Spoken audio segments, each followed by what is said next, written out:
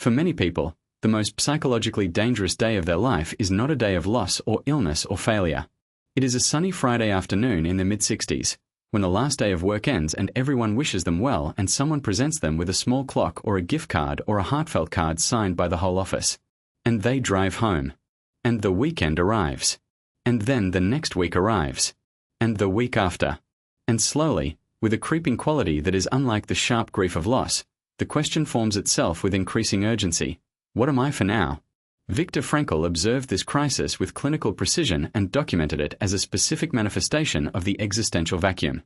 He understood retirement not as a problem of time management, the belief that retirees suffer simply from having too much unstructured time, but as an existential crisis, the sudden removal of the structure that had been quietly carrying most of a person's sense of meaning, identity, and purpose, without their ever having had to consciously examine what was underneath. For many people, work functions as what Frankl would call an extrinsic meaning structure, a framework supplied by the external world that gives daily life its direction, its rhythm, its social context, and its sense of contribution. The work itself may not have been deeply meaningful. The meetings may have been tedious, the politics exhausting, the products unimportant. But the structure was real, and it was doing psychological work that the person did not know it was doing. Organizing time, providing identity, creating belonging, generating the experience of being needed and useful. When it ends, all of this ends simultaneously. The person who has cultivated intrinsic meaning sources throughout their working life, who has asked the existential questions not just in moments of crisis but as an ongoing practice, who has developed relationships and interests and commitments that exist independently of their professional role, enters retirement with an inner life capable of sustaining the transition. They may find the change difficult, but they have a foundation. The person who has deferred these questions, who has been too busy working to ask what they were working for, and who has invested their sense of self almost entirely in their professional identity, faces a much more serious challenge. Frankl also observed that retirement had specific effects on masculine identity that deserved careful attention.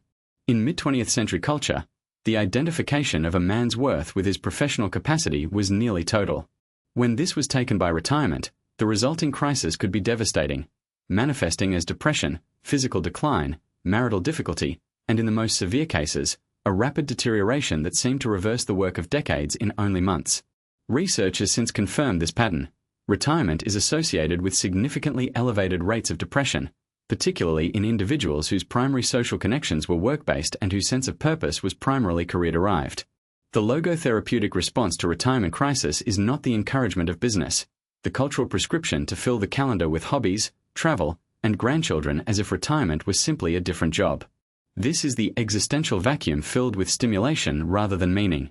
The genuine response is the invitation to ask, perhaps for the first time without the pressure of career demands, the question that Frankl considered the most important a human being could face. What is this stage of my life for? What does this specific period, with its specific freedoms, its specific experiences, its specific proximity to death, make possible that no earlier period could? Frankl believed that later life had access to meaning sources that were not available to the young.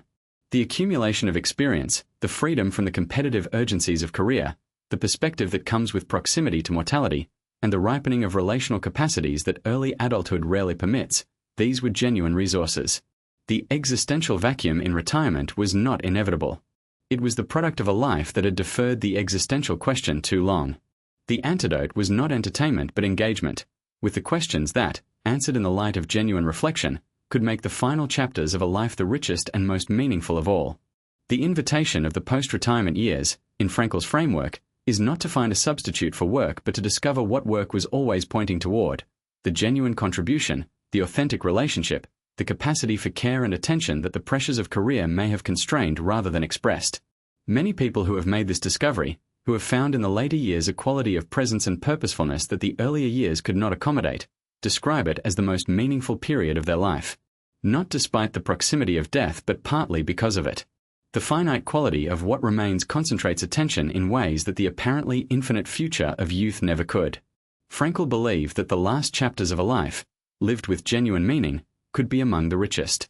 His own life, in which he remained productive and intellectually alive well into his 90s, was the most persuasive evidence he could have offered. Subscribe to The Psychology of Viktor Frankl to explore more of his timeless ideas.